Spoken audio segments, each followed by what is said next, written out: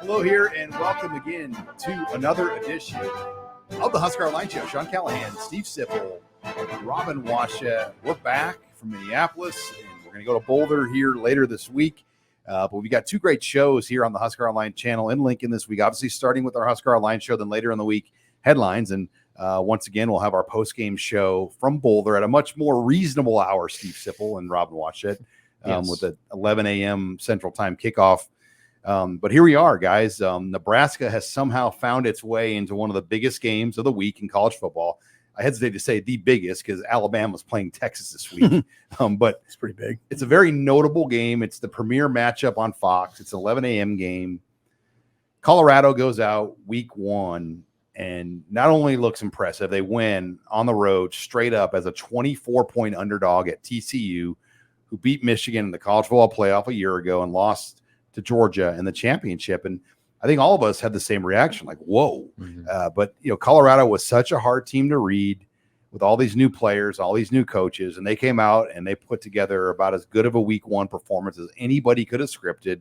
On the flip side, Nebraska, most people picked them to lose this game at Minnesota. I mean, I only saw two picks that had Nebraska beating them, Damon Benning on Big Red Wrap-Up and Brady Quinn on Fox. Oh, Brady Quinn picked Nebraska. Other than that, I don't know anyone else that picked Nebraska, but Nebraska lost 13-10, but you left mad. Like, you left like saying, man, they should have won that game.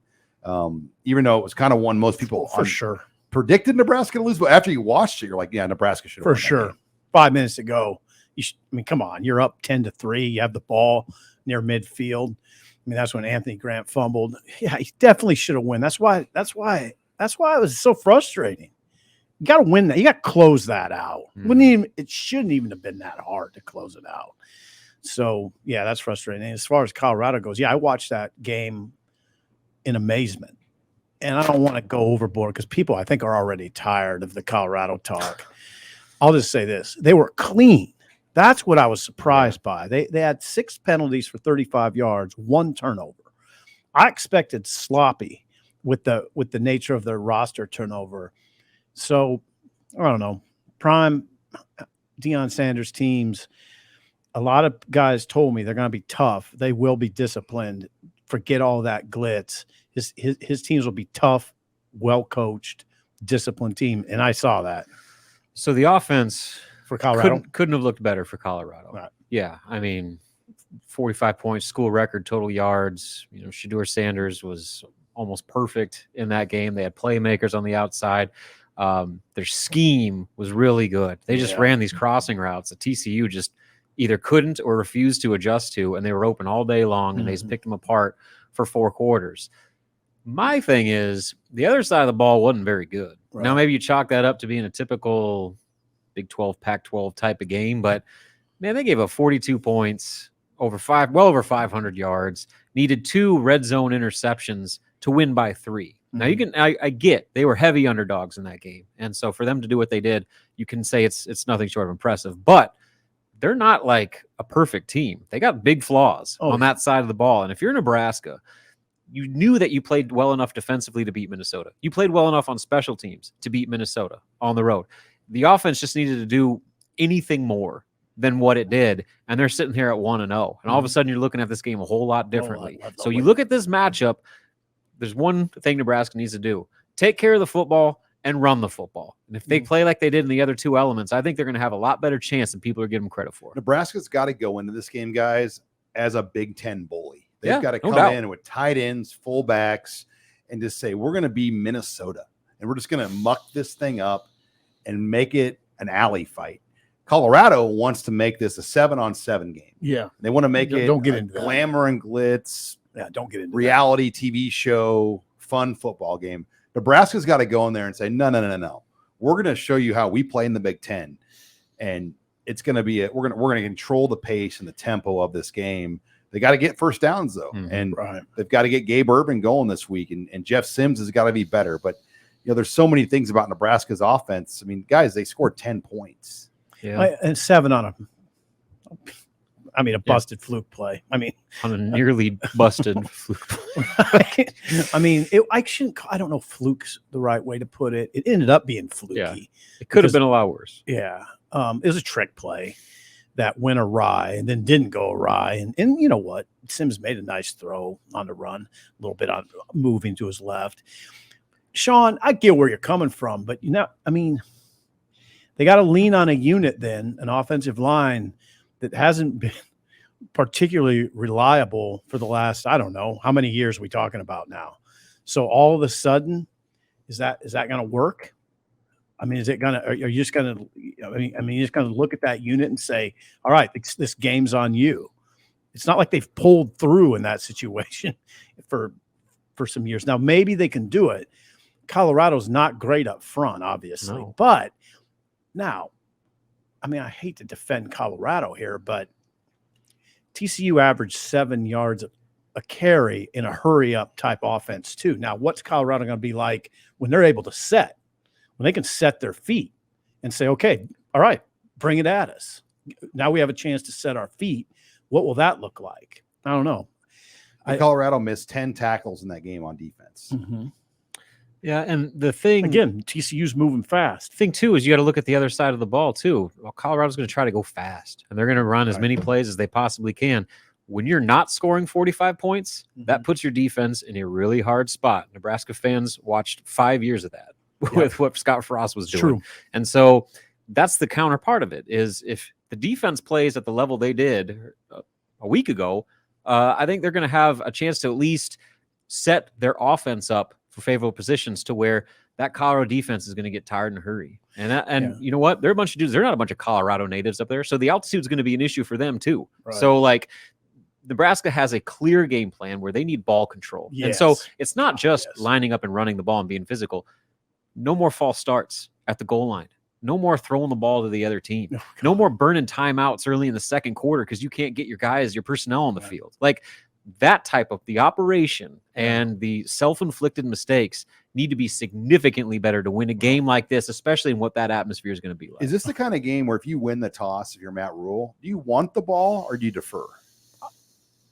I want it because I want to establish offense. Because the last thing you want is them to go right down. Right. No, I'm taking with a perfectly scripted drive. You're playing from behind 2 minutes into the game. I'm taking the ball, and I'm saying let's get 5 minutes whipped off this clock. Do what Minnesota did to Nebraska on that opening drive. Yeah. That's what. Obviously, you're trying to score, but I'm really trying to take minutes off the clock. No doubt. That's the formula. I mean, I 100% agree with that. It's just can Nebraska do it? Mm-hmm. And the other thing about that formula that makes sense to me is one way to take that Colorado offense out of rhythm is just to keep it on the sideline. Yep, they want to be out there all the time. They can't hurt you from the sideline. No, keep them on the sideline. Let them tighten up a little bit. It'll be imperative. You can't have less than 3 minute drives. They strike me as a team that will get impatient quickly too when things aren't clicking and they like have to kind of figure things out a little bit. And it's not just smooth operation like it was last week. I wonder how they're going to respond because right now they are on cloud nine. They think they're the greatest team in the history of college football, and everyone is telling them they are. And so that's kind of, I think, another X factor to this, to where I do too. This is they're expecting this to be just a celebration of Deion Sanders and the new era of Colorado football. There's going to be guys with cell phones out everywhere, all over the place, taping it's just going to be a Colorado fans. It's going to be like a Super Bowl like his own entourage and posse. It's going to be like a reality TV show of people around him holding their phones up around him everywhere he goes. I mean, it's going to be interesting. I mean, biggest break as we wrap up this opening headline segment is the 10 a.m. kickoff time. Oh God, yeah. If this was a night game, oh boy, that'd be a hornet's nest. There's just no way that crowd is going to be anywhere near what it could be. Mm-hmm. Yeah. So it'll still be dialed up, but you're right. When we come back, we're going to delve more into Nebraska's offense. We'll talk Jeff Sims, the wide receivers, tight ends, offensive line, running back situation. Next, you're listening here to the Husker Online Show. And we're back here on the Husker Online Show. Sean Callahan, Robin Washett, Steve Sipple, as we talk Nebraska, Colorado, 11 a.m. on Fox. Big noon kickoff at 10 a.m. Mountain Time, baby. But before we get into the offensive storylines heading into this game for Nebraska, this segment is brought to you by Bauer Underground. Bauer Underground is helping shape Nebraska's infrastructure future and is looking for new members to join the team. With open positions for laborers, equipment operators, aerial linemen, and foremen, Bauer Underground is searching for the best in construction. Visit BauerUnderground.com To learn more about career opportunities and industry-leading benefits, including competitive pay, employer-paid health insurance, dental, disability, vision, and life insurance, 401k match, new top-of-the-line equipment, and a clothing allowance. Sounds like a great fit for you, Steve. Does it? You think so? I'm sorry. That's okay. No experience. Point well taken, Sean. No experience in underground utility construction. No problem. Bauer will train the right people in field, giving you hands-on experience you'll need to build a long and rewarding career. Want more? Visit Bauer Underground on Facebook and visit testimonials for current Bauer teammates. Hear about their experience, the company culture, and the importance of their work. Bauer Underground is family-owned with crews and work sites across Nebraska. Wherever you live, Bauer has an opportunity for you. For more information, visit Bauer Underground on Facebook or BauerUnderground.com. Start your new career today. All right, let's get into those offensive storylines, guys. And first and foremost, Jeff Sims. Was that the Jeff Sims we're going to see all season, or can they figure something out, or he figures it out this week? Well, here's the deal. I think that might be the most critical storyline in this game for Nebraska. In his career now at Georgia Tech and one game at Nebraska, he has 31 touchdown passes and 26 picks. Is that who he is? Is that just who he is? Or can this be like, now help me with this pronunciation, the quarterback at Oregon State, Ungalele. Yeah. DJ Ungalele. I'm going to go with that. Now, he in 2021, DJ Ungalele, had nine easy. Here we go. Sean, can you help me?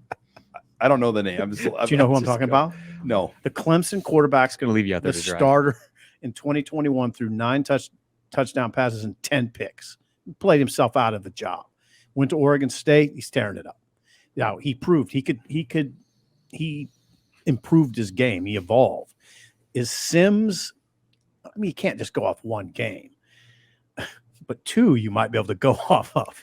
So let's see what he's got. I mean, if it's still, 2 picks and 1 TD pass, or 2 picks and no TD passes, you start to think, okay, this is just who the guy is, right? Yeah. And so Colorado obviously won that game because of their ability to create turnovers. The play Travis Hunter made inside the 5-yard line was just an absolute incredible play. So that's what you have to watch out for. You cannot take chances against these guys if you're Jeff Sims. Or can you? I don't know, man. Because do you have the receivers that are good enough to win those chances? Well, I don't know if you can ask a quarterback to never take chances. You got to play it safe, especially when we're talking about how the key to them winning is ball control. Oh, it's key. I agree with that. You better pick your spots, especially after what you just saw with that accuracy. All I'm getting at, Rob, is there's a fine line. I think you can't just completely remove the aggressiveness from a good quarterback. You got to have a guy that's willing to take some shots. I'll say chances every now and then, but got to be smart about it. All right. The other thing for me, guys, Billy Kemp, they wanted to go to him 9 different times in that game. I mean, he was the first read on 9 of the 24 pass plays they called in that game. And there were some passes that weren't attempts because they were sacks or runoffs by Sims. Yeah. But it didn't go to him once. I think he had a couple targets, no catches. Thomas Fedoni. 2 targets. Thomas Fedoni, no targets, no catches. I mean, that stat line, no catches for Fedoni, Kemp. If you would have said, I'll bet you $100 that was going to happen, I would have taken the bet. Targets. Like the no catch thing, I mean. The combined total. Even. But that's the thing. Like those are supposed to be your 2 best receivers, and they weren't in the game plan. No. Well, they were. I mean, Jalen Lloyd had more touches in the game. Kemp was in the game plan. Kemp was the number 1 option on 9 routes. They weren't in the stat page. Yeah. That's what I'm trying to say. Yeah. I mean, Jalen Lloyd was in the stat page.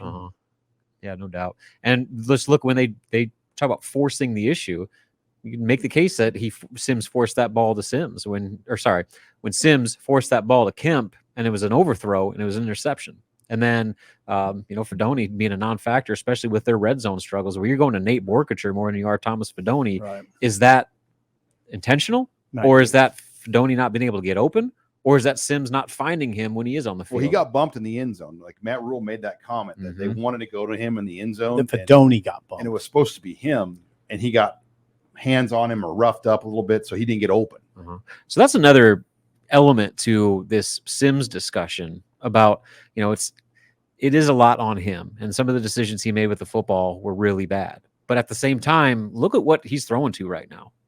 I mean, he just lost Isaiah Garcia Castaneda. That was his number one target. 5 targets in that game. No. And so, like, now who's he going to go to? You know, you're going to have Marcus Washington. Bullet play more. Yeah, Washington being Marcus available for the full game. Obviously, he was out first half with the suspension.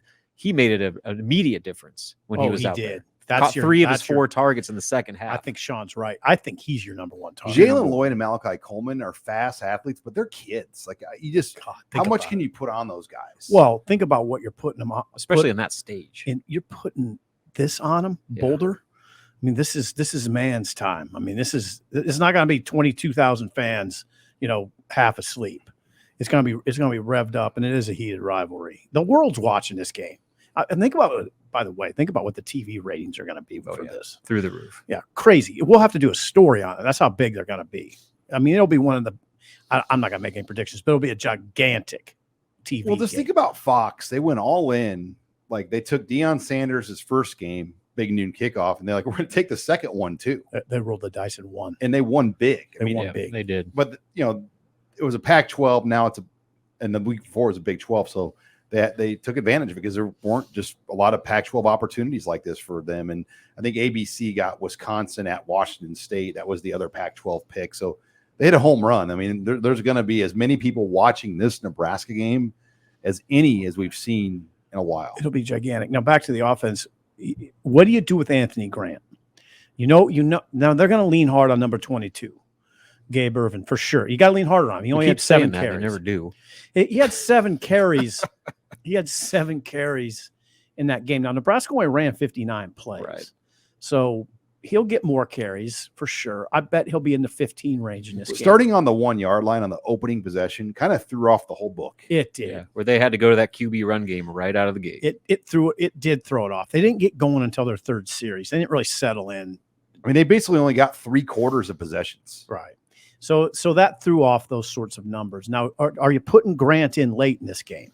I mean, if it's a close game in the 4th quarter, are you just number 23 in the game? I don't see it. Really? He can be your hardest runner, you know, your most violent runner. But again, at this point, in your 2 live football opportunities, the second scrimmage and then the game, he's putting the ball on the ground.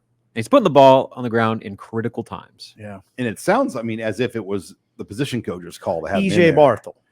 Put him in. No, it didn't. Yeah, I mean, that's what Rule just said it. I mean, and so you think about it, you know, he went out of his way to talk about the fumbles in the scrimmage. Then in that situation where things were on the live, he was in there and then fumbles it after Rule had already talked about those fumbles. Well, talked about it and said you can't play if you fumble the ball like that. We can't have you in the game.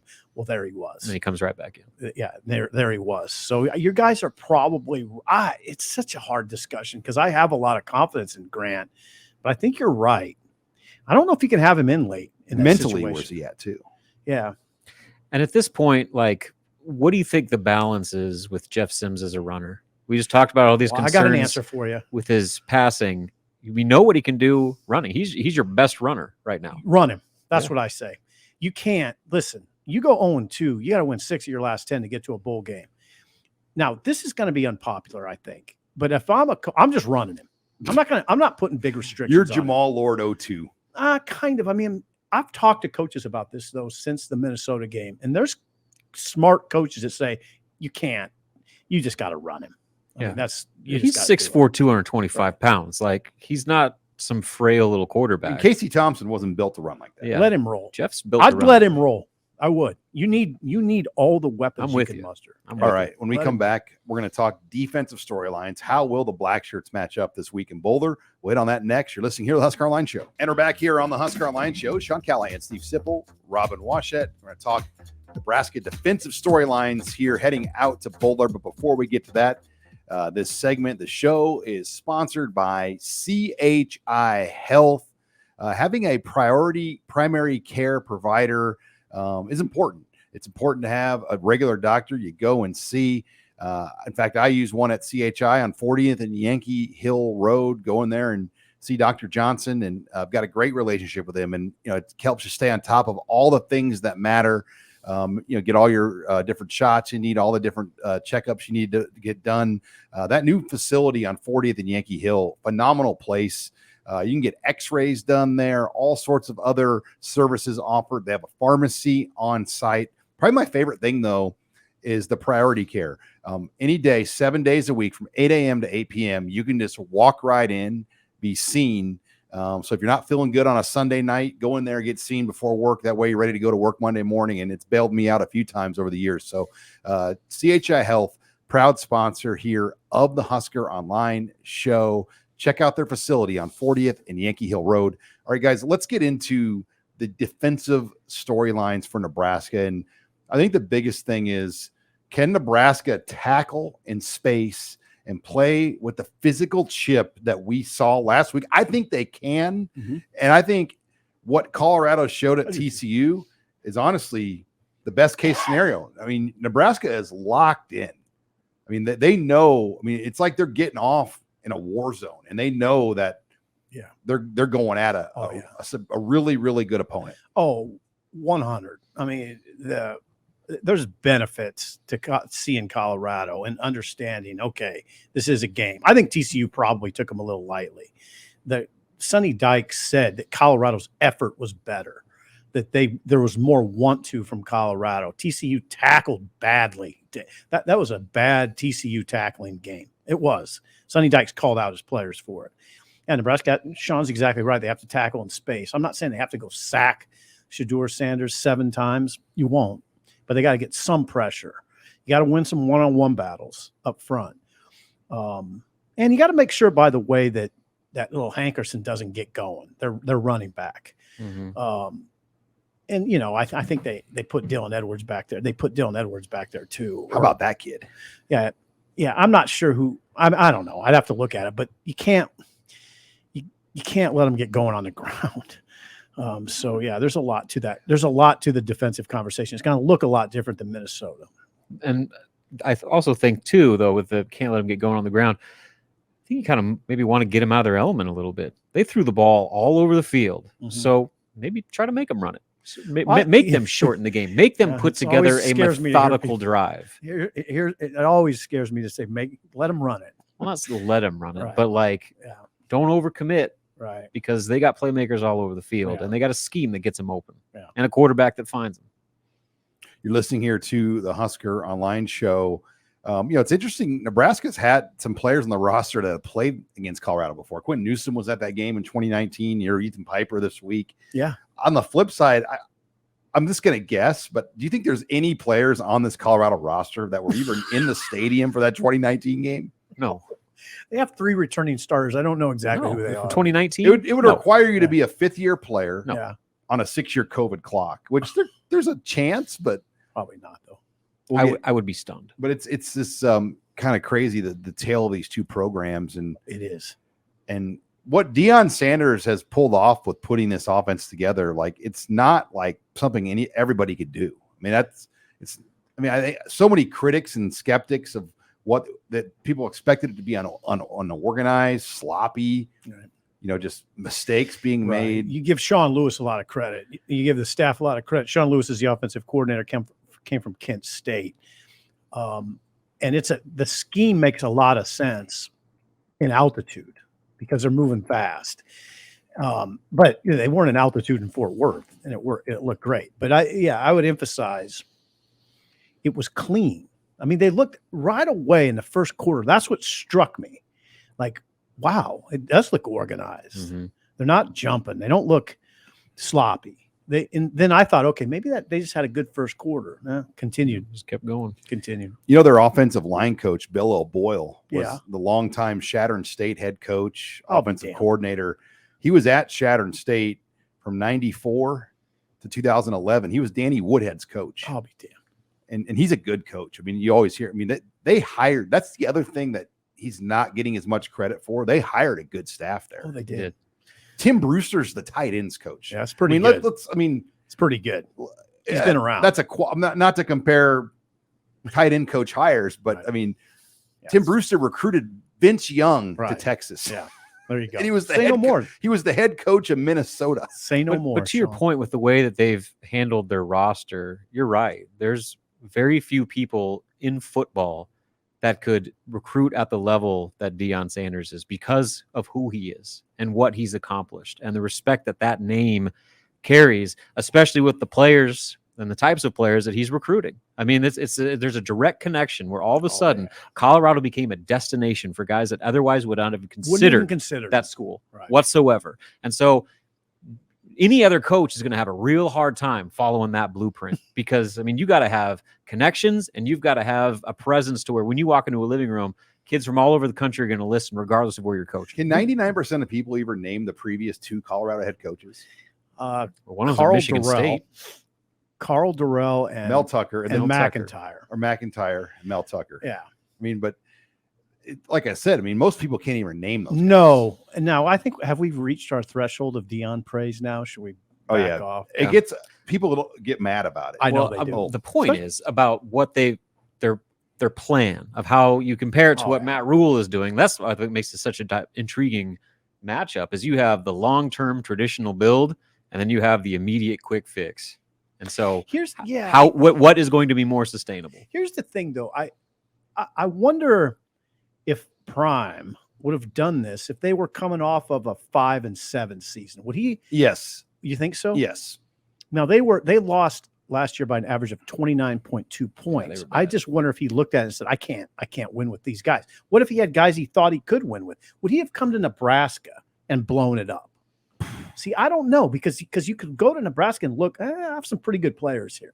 Would he have blown Quentin Newsom out of the program? Would he have blown, Marquise Buford? He wouldn't have been allowed to blow it up.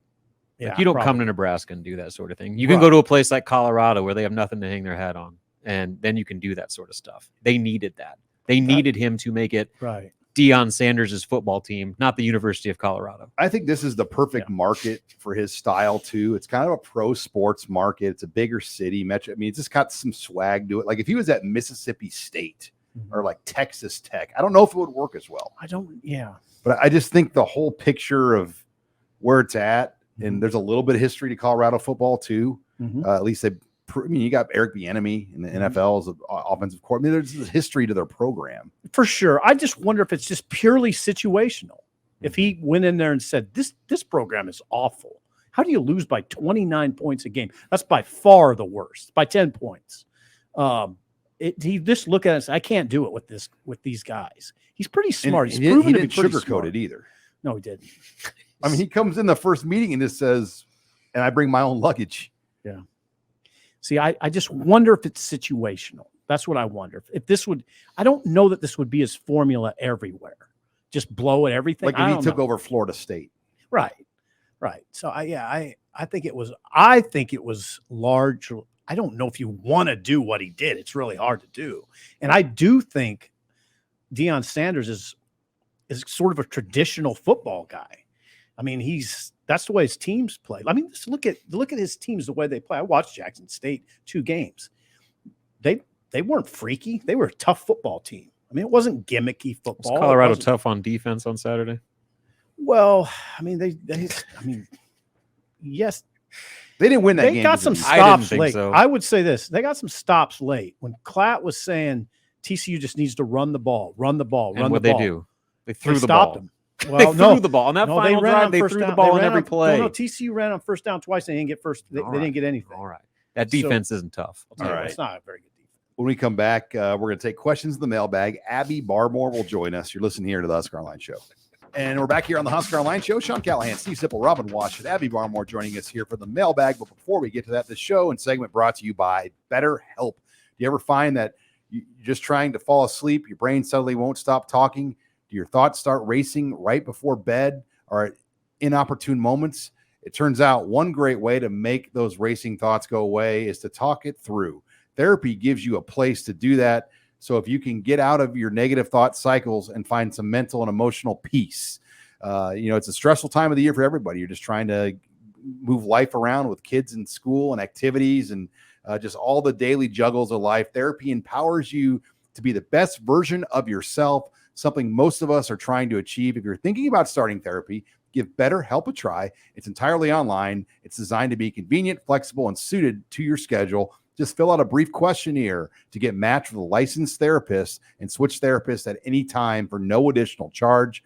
Get a break from your thoughts with BetterHelp. Visit BetterHelp.com/Husker to get 10% off your first month. That's BetterHelp.com/Husker. All right, it's time for the mailbag. Abby Barmore, where are we starting off at today?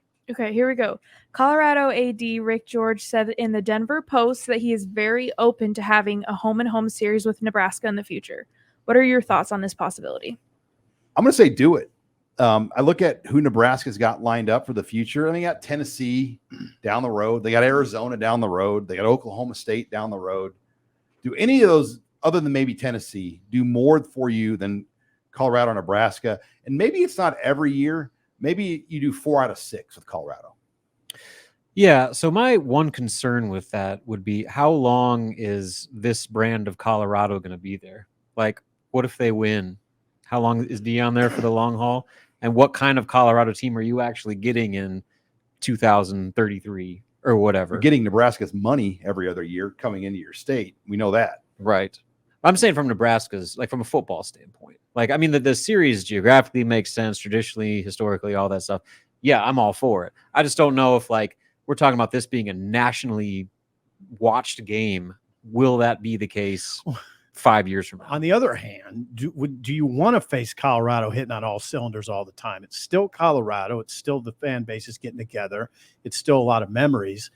I mean, I don't know if I want Colorado in the top 10 all the time when you're facing them, especially with the Big Ten schedule. That's the other part of the conversation.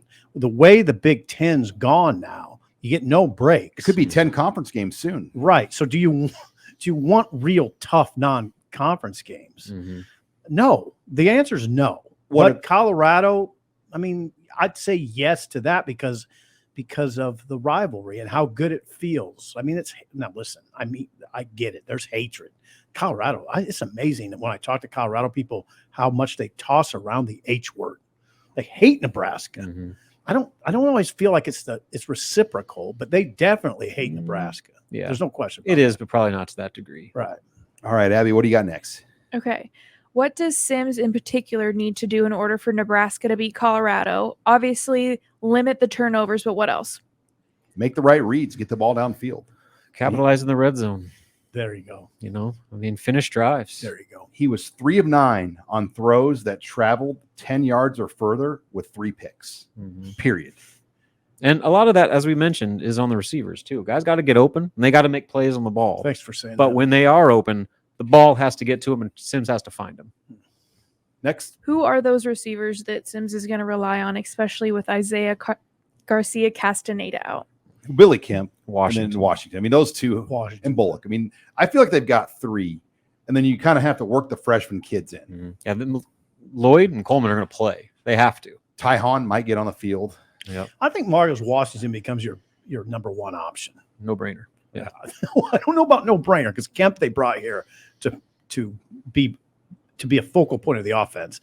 Washington, I have a little more confidence in him. Size, he's not a burner, but he's a reliable. Let's revisit that though after this week. Because I think it's a little premature to back off Kent and not think he's the number 1 because they had called him the number 1 all the way through. But is that because that was their guy? Probably. And Kent, and Washington was not one of their people they brought in. I hear you. So it'll be interesting to see what this week looks like. Will they call like a little bubble screen to Kemp on the first script? Just get the ball in his hands.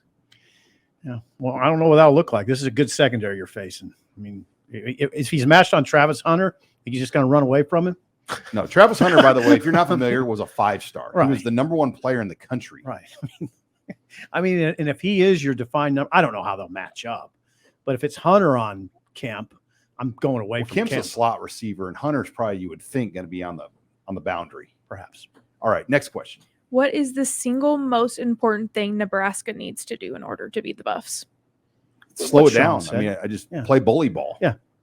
Play in a phone booth. Mm-hmm. Keep this game in a phone booth.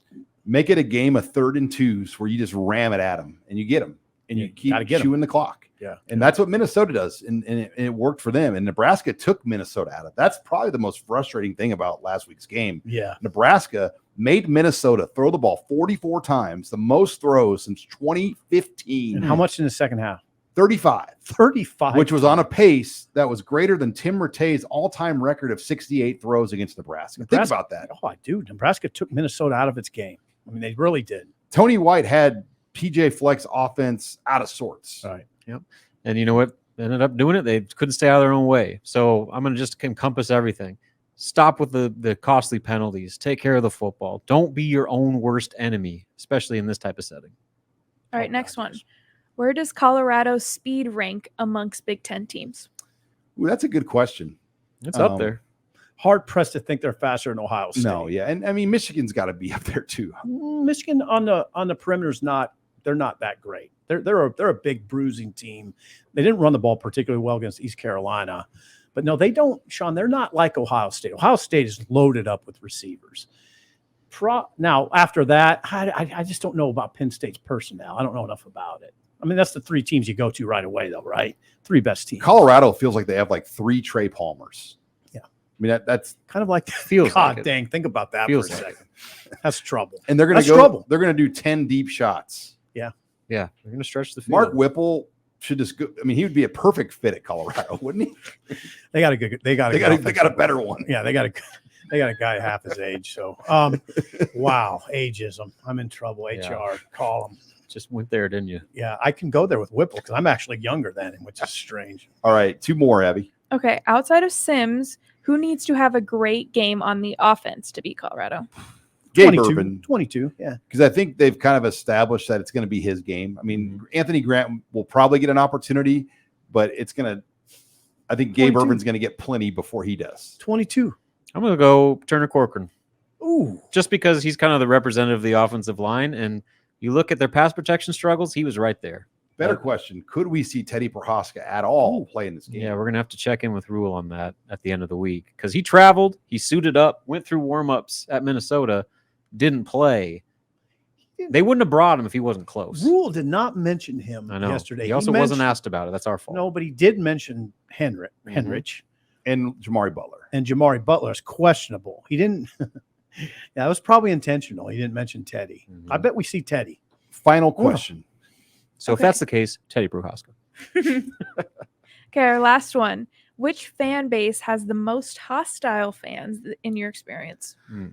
2002 Penn State has to be up there. Yep. One of the earlier night games in that stadium's history. I mean, it was like being at an Eagles game with 110,000 people. And it was rough. At that time, I believe it was the largest crowd to ever see a Nebraska game in person. It surpassed that Rose Bowl game in the 40s. So that's up there. The sneaky one for me still remains Missouri 2007. That was going to be the one where they beat Nebraska on a Thursday night. Oh, I'd say Missouri. I'd just say Missouri in general. Yeah. When Nebraska won that game, when Davison kicked the ball up for Wiggins, I'll always remember that after the game, me and Kurt McKeever and I are walking to the car, and I'll never forget Kurt saying to me, "Just keep your head down. Just look forward. Keep your head down. Don't look up. Don't look up." Because it was rough. It was we're in the parking lot, and it was rough. I just wanted to get to the car. Do you remember the post game there? Like, I remember it was Bill Callahan here. They brought him like outside of the locker room where fans walking around, and there was like people perched up like around the little booing, the yelling, whatever, the ramps, the little curved ramps, and they were just like all along the side there. And there was kids, like dads, like yelling, getting their kids to yell cuss words at Callahan. It was vicious. Yeah, Missouri was vicious. So in 05. You know, my old roommate Ross Gratup.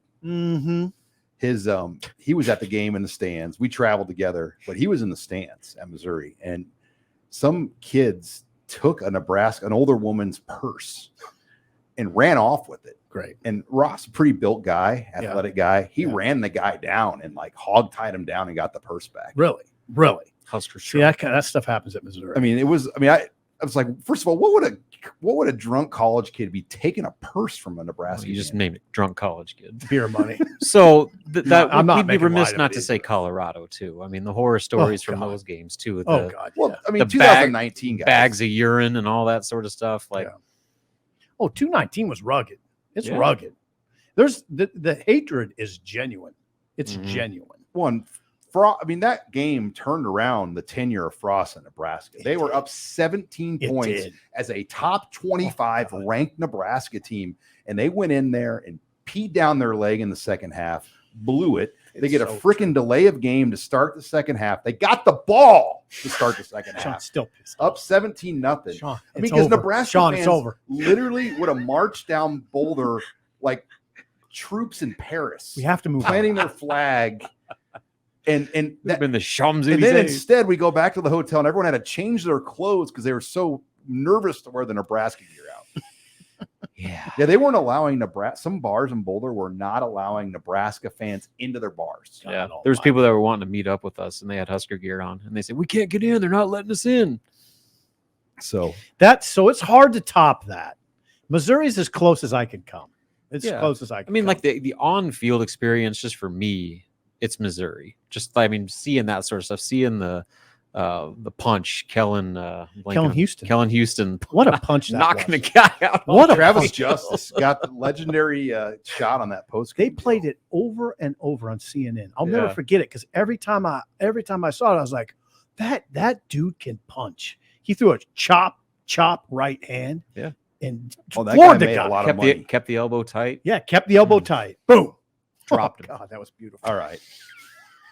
Memory lane time, always fun. When we come back, we're going to talk Big Ten games, what to watch this weekend. You're listening here to the Husker Online Show. Final segment here of the Husker Online Show. Sean Callahan, Steve Sipple, Robin Washett, as we talk Big Ten games from week 1 and preview week 2. But before we get to that, Steve Sipple, this segment of the show brought to you by Larson Motors, guys. Larson Motors. If you're looking for a new vehicle, go for a new experience at Larson Motors in Nebraska City. Larson Motors is one of the Midwest's only dealerships with all the major brands, in one location. Finding your new Chevrolet, GMC, Hummer, Ford, Chrysler, Dodge, Jeep, or Ram has never been easier. Start your new experience today at LarsonMotorGroup.com. That is LarsonMotorGroup.com, or just go to Larson Motors in Nebraska City. Larson Motors, real people, real deals. All right, let's go through week 1 games here in the Big Ten. Starting, obviously, Nebraska, 13-10 losers at Minnesota. Michigan State takes out Central Michigan, 31-7. Penn State with a nice win on NBC, 38-15 over West Virginia. Illinois took a last-second field goal to beat Toledo, who's usually one of the better programs in the MAC. It was a 30-28 game, but Illinois definitely did not look like the Illinois of last year, struggling to kind of win that game at home. Maryland, 38-6 winners over Townsend. Ohio State, 23-3 over Indiana. I mean, Tom Allen definitely played the kind of game he wanted. They didn't do much on offense, but they kept the game low scoring. Wisconsin takes out Buffalo, 38-17. Iowa, 24-14 winners over Utah State. The Brian Ferentz point scoreboard begins. Fresno State wins in West Lafayette, 39-35. Hudson Card had 254 yards passing. Michigan, 30-3 winners over East Carolina. Just kind of a workmanlike performance. And then Rutgers kind of made Northwestern look like we thought, 24-7. That was a CBS Sunday afternoon game. Biggest takeaway, Steve Sipple, from week 1? Well, 2 things come to mind. Northwestern football just thriving right now. 2 touchdowns in the last 4 games. Nice job. That, and I thought the play of the weekend in the Big Ten was Luke Altmaier, the Illinois quarterback, on 4th and 4 late in that game against Toledo, completing a 33-yard pass downfield somehow to Casey Washington. And it was an incredible catch. It was a really incredible throw because he had number 56 in his face. And somehow Illinois got out of that game with a win. Toledo, Sean, is the defending champ in the MAC and is the favorite to win the MAC. So that's a good program. Oh, I'll tell you what, a very good team, very good Toledo team. The statement win for me was Penn State. Oh, covering 21 against West Virginia. They did what they were supposed to do, but you can't say that about a lot of their teams in the conference. I don't think any of Michigan didn't cover, Ohio State didn't cover. And so Penn State, handled business and did so against maybe the best non-conference opponent that was on the slate. The other takeaway was how bad is the Big Ten West right now? To where That's why that game against Minnesota. I know that's killer. Because right now, if they're sitting there 1-0 in the West, Iowa dropped out of the top 25 because they only won by 10 against Utah State. Purdue lost at home. Northwestern might be one of the worst teams in Power 5. Wisconsin was okay. They needed to pull away late. They're not number 19. So what I'm saying is, like, if Nebraska can just figure its offense out, they could be right there. Yeah. I'm not putting it out there. Like, especially if they can find a way to get some momentum Saturday, stockpile some wins, that division is wide open. 23-3 for Ohio State too. That was kind of I was expecting a much bigger win over Indiana. McCord didn't throw a touchdown pass, which hasn't happened at Ohio State forever. With those receivers. Yeah. Marvin Harrison had 3 catches, I believe. 3 catches. I mean, yeah, Kyle McCord, that I'm sure Ohio State fans took that really well. I'm sure they're not gripping at all in Columbus right now. I'm sure they are, actually. Now, Michigan didn't run the ball like you'd expect. No Jim Harbaugh. Yeah, and they had under 130 yards rushing. Kind of weird. Blake Corum ran 11 times for 77 yards. He was the bright spot, but they put that. It was J.J. McCarthy. He threw the ball really well. All right, this week in the Big Ten, you got a couple Friday games. Indiana State at Indiana on BTN. And then the big one is Illinois at Kansas. Your boy Lance Leipold, ESPN2. Will be probably eating a steak somewhere with Robin and Parker Gabriel Friday night watching Kansas, Illinois. Oh, that sounds really good, by the way. That sounds wonderful. really good. Then Saturday, you've got Delaware at Penn State at 11, Nebraska at Colorado at 11, Purdue at Virginia Tech on ESPN2. How about, Purdue could be 0-2 out of the gates. They're underdogs at Virginia Tech. Youngstown State coming into Ohio State. How about this one? Iowa State. The Hawkeyes are about a 4-point favorite. Iowa State did not throw the ball well. In fact, Ben Bramer led them in receiving last week with 36 yards. The freshman from Pierce, Nebraska, had a touchdown in that game as a tight end. You've got Richmond and Michigan State at 2:30 on BTN. The CBS game is UNLV versus Michigan. That's just basically let's get Michigan on CBS and get a rating. 36-point spread for the Wolverines. Something that Kirk Ferentz doesn't want to say to his team before the game is, guys, if we win the line of scrimmage, I bet we can win this. No gambling jokes. Oh, yeah. No gambling jokes. Play the line. I'm just UTEP at Northwestern. That's going to be an interesting crowd. What will that crowd be like? Miners are favored by 1.5. Sean, how many UTEP fans will make the trip to Evanston for that 2:30 tilt on BTN? Be electric. UTEP's favored. Yeah, by 1.5. Boy, nothing says NBC Saturday Night Football, guys, like Charlotte at Maryland at 6:30. That's an NBC game. Brutal. And then Eastern Michigan at Minnesota, night game. Temple at Rutgers, night game. And then pretty good one we'll be watching later that night. Wisconsin at Washington State on ABC. Oh, that's good. So yeah, it's a good slate for the Big Ten. Hey, how about the over/under on Iowa State at 36.5? Doesn't bode well for Brian Ferentz making up the ground on that 25 points per game. I'm in the minority, but I just think that's a dumb metric. I love it. What if they keep winning games? Like, you're going to fire a guy that wins the division? I just love that unnecessary pressure that they put on ridiculous. it. Because that's all everybody's going to be talking about each week. It's hilarious to me. All right. Well, plenty to follow. We're going to be live after the game, so make sure you join us for our post-game show in Boulder as we're looking forward to that. Like, follow, subscribe to us. We also got a deal on HuskerOnline this week for 50% off your subscription on HuskerOnline for the Colorado-Nebraska game. So sign up for that great deal today.